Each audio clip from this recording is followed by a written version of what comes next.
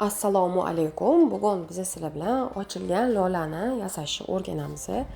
Buning uchun bizga yashil rangda холодный farfor kerak bo'ladi.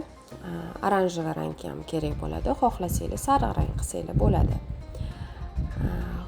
Konus formasida yashil qilib lolani o'rtasini yasab olamiz. Keyin uchta dumaloq qilib eng uchiga yopishtirib lolani o'rtasini formasini berishga harakat qilamiz. Birinchi marta o'xshamasligi mumkin, lekin 3-4 marta qilganingizda o'xshab chiqadi.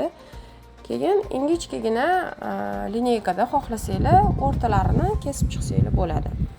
Endi biz sizlar bilan barglarini yasashni boshlaymiz. Xohlagan ranginglarni olsanglar bo'ladi. Men oq rangdan foydalandim. Uning uchun lolani izlarini chiqarish uchun lola vayneri kerak bo'ladi.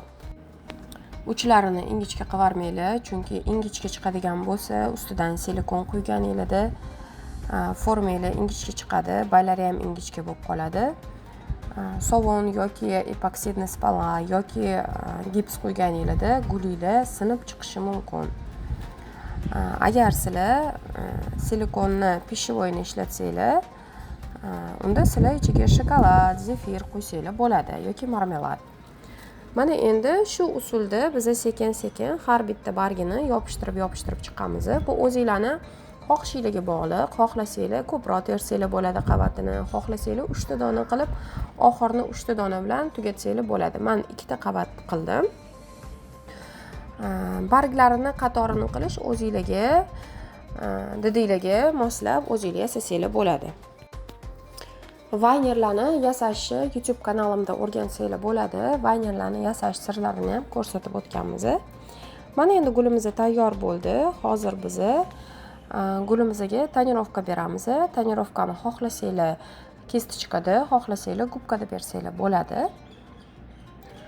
Rangiga keladigan bo'lsa, uylarda bor krasitellar to'g'ri keladi. Agar uyda misol uchun akvarelniy kraskalar yoki kolorlar yo'q bo'lsa, oddiy ishlatiladigan ten yoki rumyanalar ham to'g'ri keladi.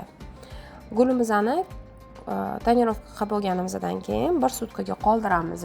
U to'liq qochishi kerak. Qotgandan keyin ustidan silikon qolib qo'ysanglar bo'ladi.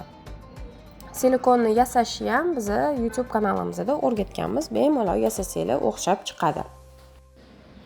Krasitellar xohlagan ranginglarni ishlatsanglar bo'ladi. Xohlasanglar fioletovoy rangda, xohlasanglar sariq, yashil rangda tonirovka bersanglar bo'ladi.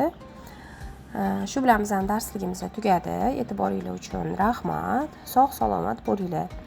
Yasaganingizdan keyin rasmlarni gruppaga tashlasanglar bo'ladi.